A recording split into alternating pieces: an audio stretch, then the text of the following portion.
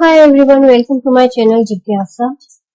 आज हम जो टॉपिक डिस्कस करेंगे अपने वीडियो में that is cooperative society. And हमने already different forms of business organisation discuss किया है, जिसमें हमने sole proprietorship, partnership, joint stock company, public enterprises.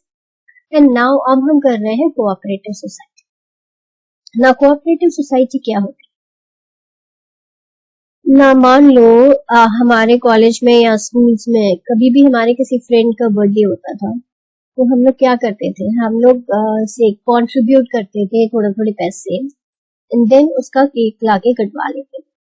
तो in the same way cooperative society भी उसी तरीके से होती है। या फिर कोई पार्टी हमें करनी होती थी तो सब लोग एक एक कंट्रीब्यूशन देते थे, and in this way we used to enjoy that party also. तो कोऑपरेटिव सोसाइटी भी उसी तरीके से, कोऑपरेटिव सोसाइटी का मतलब होता है this has been developed from the word that is cooperation.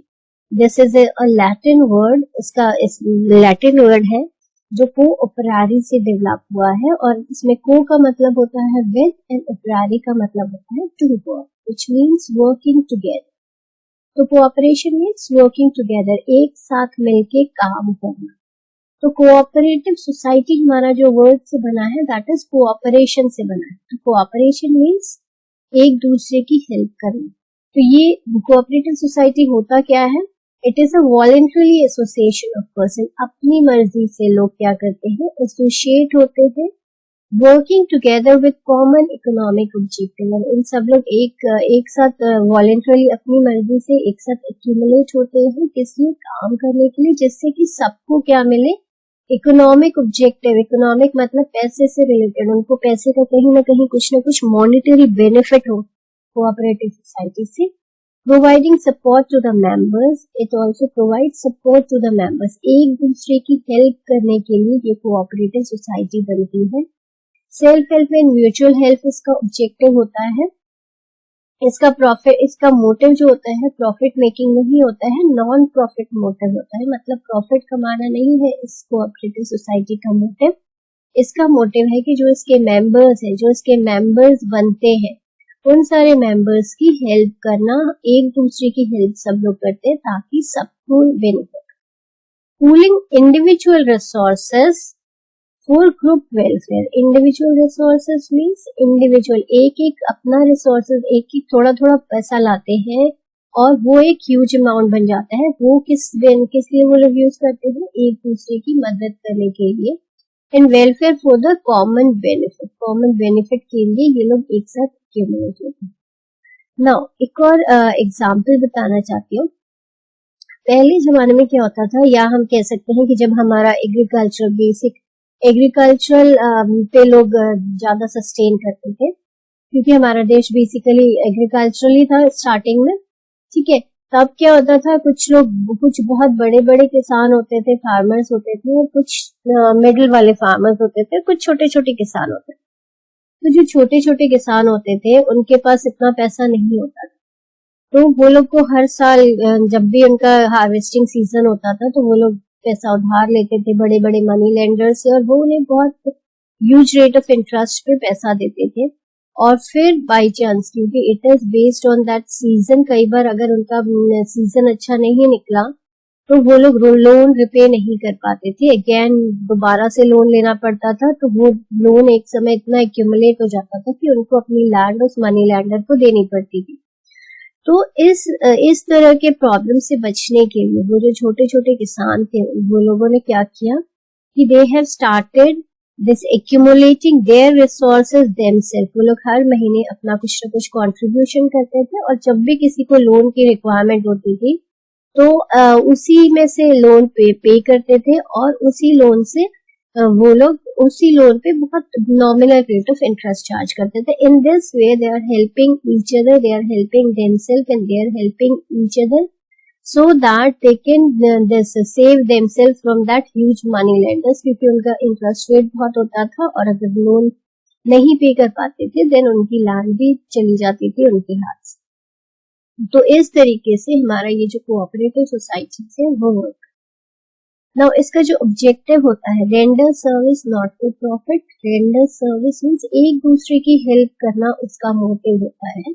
Profit कमाना इसका मोटिव नहीं होता। म्यूचुअल हेल्प नॉट कॉम्पिटिशन, जो इसके मेंबर्स हैं वो एक दूसरे की हेल्प करते हैं, they don't treat themself as competitors. और थर्ड है इसका सेल्फ हेल्प नॉट डिपेंडेंस, एक दूसरे की मदद करना, दूसरे पे डिपेंडेंट नहीं है। तो बेसिकली इन 3 ऑब्जेक्टिव्स की वजह से हमारी कोऑपरेटिव सोसाइटी एग्जिस्टेंस में है। नाउ इसकी कैरेक्टरिस्टिक्स की ओर चलते हैं हम। तो हमारा जो कैरेक्टरिस्टिक्स आता है, पहला हम कैरेक्टरिस्टिक्स है that is open membership. Membership open to all with common interest, जिन भी लोगों का कॉमन इंटरेस्ट होता है वो लोग इसके मेंबर्स बन सकते हैं। कॉमन इंटरेस्ट का मतलब वही पर्पस, जैसे मैंने फार्मर्स का बताया कि सारे फार्मर्स मिलजुल के उन्होंने कोऑपरेटिव सोसाइटीज खोलते थे, जिससे कि वो एक दूसरे के, उन सबका पर्पस एक ही होता था कि जब भी किसी को कोई रिक्वायरमेंट आएगी they used to help each other. तो इसमें कॉमन इंटरेस्ट या कॉमन पर्पस के लिए मेंबरशिप ली जाती है।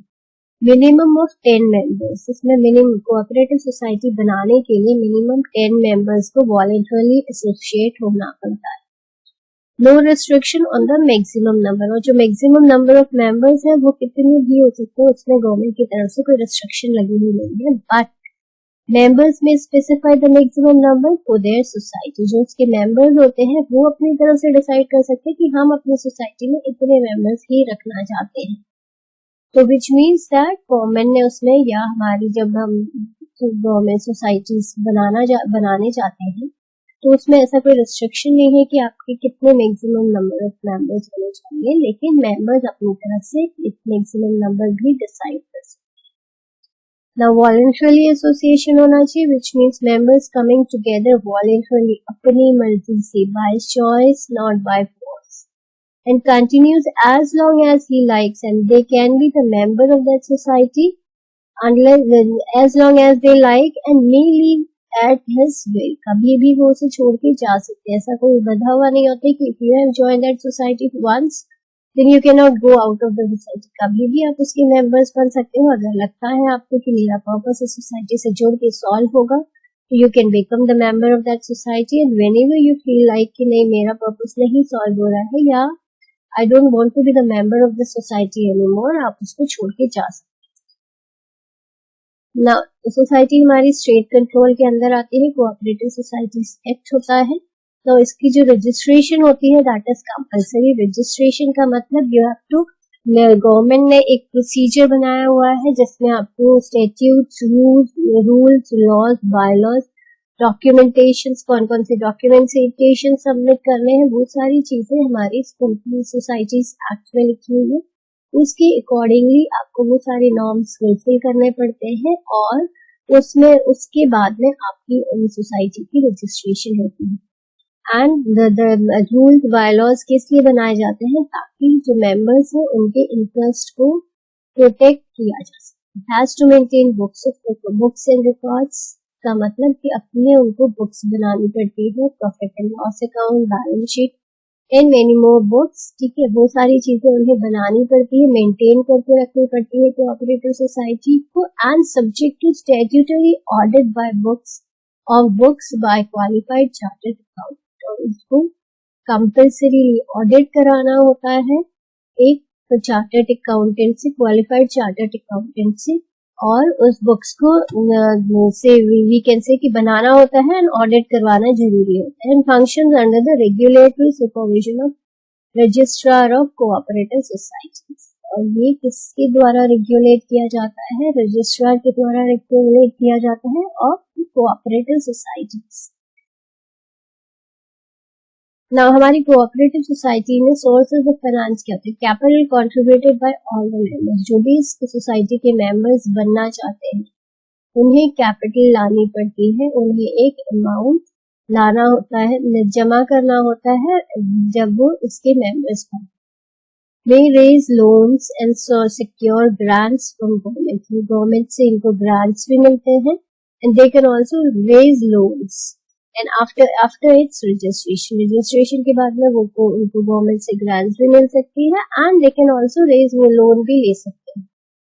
नाउ मैनेजमेंट कैसे किया जाता है, क्योंकि हमने अभी तक पढ़ा है कि कोऑपरेटिव सोसाइटी में बहुत सारे मेंबर, 10 मेंबर्स तो मिनिमम होने चाहिए, उसके अलावा कितने भी नंबर्स हो सकते हैं। तो उसको वो कोऑपरेटिव सोसाइटी को चलाएगा कौन और चलाएगा कैसे? Govern by a managing committee और board of directors. Cooperative society हमारी मैनेजिंग कमेटी और बोर्ड ऑफ डायरेक्टर्स के द्वारा चलाई जाती है, और वो जो बोर्ड ऑफ डायरेक्टर्स होते हैं उनको इलेक्ट किया जाता है by the members of the society. तो मैं एक सोसाइटी की मेंबर बनती हूँ तो I have a voting right, और मैं अपने वोट के द्वारा अपने मैनेजिंग कमेटी को चूज कर सकती हूँ। Manage in a democratic line, ये डेमोक्रेटिक लाइन को फॉलो करती है। 1 मेंबर 1 वोट वाला रूल फॉलो किया जाता है respective of the number shares bye them. ठीक है, आपने कितने भी शेयर्स लिए हो सोसाइटी के, आपको आपका 1 मेंबर 1 वोट वाला रूल चलता है, और उसके बेसिस पे you can choose the managing committee और बोर्ड ऑफ डायरेक्टर्स। मोटिव अभी तक हमने पढ़ा है कि प्रॉफिट अर्निंग के लिए नहीं बनाई जाती है कोऑपरेटिव सोसाइटी, हमारी सर्विस के लिए बनाई जाती है, provide service to the members. The consumer cooperative stores sell quality goods to members at a reasonable price, retaining a small margin of profit. Cooperative, हमारे कोऑपरेटिव सोसाइटीज बहुत तरह के हो सकते हैं। अगर मान लो हमारा कंज्यूमर कोऑपरेटिव स्टोर है तो उसमें हम क्वालिटी गुड्स अपने मेंबर्स को बेच सकते हैं, वो बेच सकते हैं at a very reasonable price, retaining a small margin of profit. हम छोटा सा मार्जिन लेते हैं और अपने जो बेनिफिट होता है वो अपने मेंबर्स को देते हैं ना। Housing cooperative society members reside by sharing expenses on maintenance. हमारी जो हाउसिंग सोसाइटीज होती है, हाउसिंग सोसाइटीज में एक ही सोसाइटी के लोग होते हैं जो, तो उसमें वो लोग अपना जो एक्सपेंडिचर, मेंटेनेंस एक्सपेंडिचर होता है, उसको वो लोग शेयर कर सकते हैं। In this way they are helping each other and helping themself as. Now बहुत इंपॉर्टेंट पॉइंट है हमारा सेपरेट लीगल एंटिटी, बिकॉज हमारा जितने भी फॉर्म्स ऑफ ओनरशिप है उसमें या तो एक बिजनेस फॉर्म ऑफ ऑर्गेनाइजेशन उसकी सेपरेट एंटिटी होगी और या फिर नहीं होगी, तो इसके बेसिस पे उसकी लायबिलिटी डिटरमाइन होगी। ठीक है, जैसे सोल प्रोप्राइटरशिप हमने पढ़ा था, वो उसमें सेपरेट लीगल एंटिटी नहीं होती है, पार्टनरशिप में भी नहीं होती है, जॉइंट स्टॉक कंपनी में सेपरेट लीगल एंटिटी होती है। दिस हमारी दिस कोऑपरेटिव सोसाइटी भी सेपरेट लीगल एंटिटी। नाउ समझते हैं होता क्या है। सेपरेट लीगल एंटिटी का मतलब होता है कि बिजनेस अलग है और बिजनेसमैन, बिजनेस की अपनी एक अलग पहचान है जिसके पास सारे राइट्स है। आर्टिफिशियल पर्सन उसे बनाया जाता है, उसके पास वो सारे राइट्स एंड रिस्पॉन्सिबिलिटीज होते हैं जो कि एक इंडिविजुअल ह्यूमन बीइंग के पास में होते हैं। जैसे वो अपने नाम पे प्रॉपर्टी खरीद सकता है, वो प्रॉपर्टी बेच सकता है, वो लोगों पे केस कर सकता है, लोग उस पे केस कर सकते हैं। ठीक है, तो इसका मतलब होता है कि हमारी जो मेंबर्स होते हैं उनकी लायबिलिटी सिर्फ जितने अमाउंट का शेयर वो परचेस करना चाहते हैं उतने ही अमाउंट तक लायबल है, उसके बाद में उनकी पर्सनल प्रॉपर्टी को कोई टच भी नहीं कर सकता। For example, in case of a sole proprietorship, अगर उसको लॉस होता है अपने बिजनेस में तो उसको अपनी प्रॉपर्टी से, घर है, गाड़ी है, बंगला है, कार है, जो भी है उसके पास, उस सबको बेच बाच के अपने बिजनेस के लायबिलिटी को पे करना होता है। But in case of this cooperative society, जो मेंबर्स हैं वो लोग अलग हैं, मेंबर्स की कोई रिस्पॉन्सिबिलिटी नहीं होती है, मेंबर्स को सिर्फ अपना जो अमाउंट है, अगर उसने 10,000 के शेयर्स परचेस करे हैं तो उसने 10,000 पे करने हैं, 10,000 उसने पे कर दिए हैं, तो उसके बाद कोई भी उसकी पर्सनल प्रॉपर्टी को हाथ नहीं लगा सकता, बिकॉज जो बिजनेस था वो अलग था और बिजनेसमैन अलग। तो separate legal entity, limited liability of its members, मतलब उनकी लायबिलिटी बस एक ही हद तक लिमिटेड होती है, उसके बाद उनकी जो एग्जिस्टेंस होती है वो डिफरेंट अलग होती है। Continuity of existence that is why separate legal entity होती है। अगर मेंबर्स की डेथ हो जाती है, इंसॉल्वेंट हो जाते हैं, यूनेंसी हो जाती है ऑफ द मेंबर्स, तो वो जो ऑर्गेनाइजेशन, वो जो सोसाइटी है हमारी, उसकी एग्जिस्टेंस में कोई फर्क नहीं पड़ता है हमारे मेंबर्स के आने और जाने से। हमने कहा मेंबर्स कभी भी आ सकते हैं, मेंबर्स कभी भी जा सकते हैं। तो मेंबर्स के आने से ना सोसाइटी बंद होगी, ना सोसाइटी की वर्किंग में कोई फर्क होगा। ठीक है, तो दैट इज वी से it has its own separate legal. Business अलग है, बिजनेस अपना चल रहा है, बस उसे चलाने वाले लोग मेंबर्स होते हैं। और मेंबर्स एक चला जाएगा तो दूसरा आ जाएगा, दूसरा नहीं तो तीसरा उसे चलाएगा, कोई ना कोई उसे चलाएगा, वो चलती रहेगी। ठीक है, कैन एंटर इनटू एग्रीमेंट्स। जो कंपनी होती है, हमने कहा it is a separate legal entity, artificial person. वो किसी के भी साथ एग्रीमेंट कर सकती है। Can purchase and sell properties in its own name. जो भी उसकी प्रॉपर्टी होती है, एक कोऑपरेटिव सोसाइटी की जो भी प्रॉपर्टी होती है, जो भी एसेट्स होते हैं, जो भी लायबिलिटीज होती है, वो उसके नाम पे खरीदी और बेची जाती है, मेंबर्स के नाम पे खरीदी और बेची नहीं जाती है। Can sue and be sued. वो किसी को भी स्यू कर सकती है और कोई भी उससे भी स्यू कर सकता है। Now distribution of surplus. Society में डिस्ट्रीब्यूशन ऑफ सरप्लस कैसे होता है? Distributes profit earned among members on the basis of the members' participation in the business of the society। members की participation के basis पे profit क्या होता है? distribute होता है। and profit generated are not at the cost of its members। हमने कहा पहले तो इसका profit motive, जो purpose होता है वो profit motive होता ही नहीं है, और फिर भी जो भी profit होता है वो members में on the basis of their participation divide कर दिया जाता है। Now, for example, in a consumer society, profit generated by sale of goods to general public। जो हम अगर एक consumer society है जिसमें कि हमने जनरल पब्लिक को बेच के परचेस जैसे हमें प्रॉफिट आया है, तो उसको हम कैसे डिवाइड करेंगे? We paid as per purchase bonuses to members। जो members होते हैं उनको ऐसे परचेस बोनस के बेसिस पे वो डिवाइड कर दिया जाता है। And goods purchase by them from the society.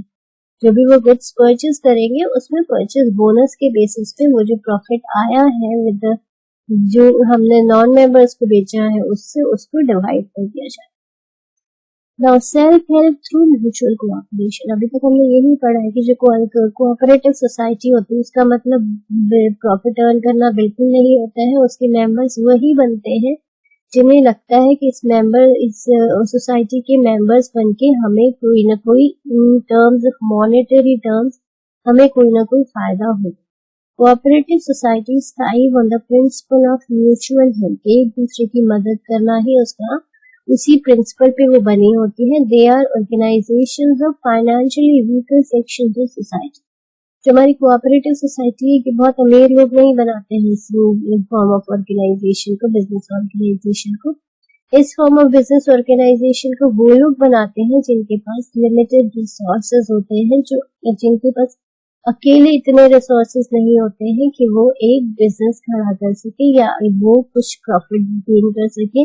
इसलिए वो क्या करते हैं, अपने ही जैसे काफी सारे लोग मिल के एक बेनिफिट फाइनेंशियल टर्म्स में कुछ बेनिफिट गेन करने की कोशिश करते हैं। Converts weaknesses to strength by self help through mutual cooperation. और वो जो वीकनेस होती है उसको स्ट्रेंथ में बदलने के लिए सेल्फ हेल्प का सहारा लेते हैं और म्यूचुअल कोऑपरेशन के बेसिस पे वो सेल्फ हेल्प करते हैं। And fights exploitation and secure a place in society to each for all and all for each. तो इस तरीके से वो क्या करते हैं, एक्सप्लॉयटेशन से बच सकते हैं और अपनी सोसाइटी में अपना एक प्लेस बना सकते हैं। जैसे कि हमने जो एग्जांपल लिया था किसानों का, तो that is the same thing कि वो लोगों ने अपने आप को बचाने के लिए और अपने जैसे बहुत सारे लोग एक साथ एक्यूमुलेट होके वो लोग क्या करते हैं, एक फंड रेज करते हैं which can be used for any individual, used by any individual on the basis of the requirement by him or her। तो जब भी उनको रिक्वायरमेंट आती है किसी भी फाइनेंस की तो वो वहां से फाइनेंस ले सकते हैं। And the rate of interest is quite low as compared to the rich money lenders। और इसके अलावा उनका रिस्क बहुत कम हो जाता है।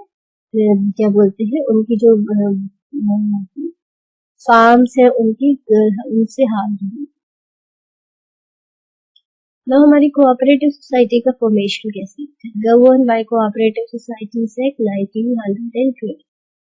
हमारा हमारा कोऑपरेटिव सोसाइटीज एक्ट बना हुआ है 1912, जिसके अंदर सारे टर्म्स, कंडीशंस, गाइडलाइंस, फॉर्मेशन कैसे होगा, कैसे रनिंग होगी, कैसे वाइंड अप होगा, वो सारी चीजें उसमें मेंशन है और उसी के बेसिस पे ये हमारा कोऑपरेटिव सोसाइटी चलता है। मिनिमम ऑफ 10 मेंबर्स होने चाहिए, having the capacity to enter into a contract with common economic objective। and जो objective होना चाहिए वो क्या होना चाहिए? common economic objective होना चाहिए। Now, the adjoint application along with the bylaws of the society containing the details about the society and its members to the registrar of cooperative societies with the concerns। एक joint application minimum जिसमें 10 members होने चाहिए, वो क्या करते हैं?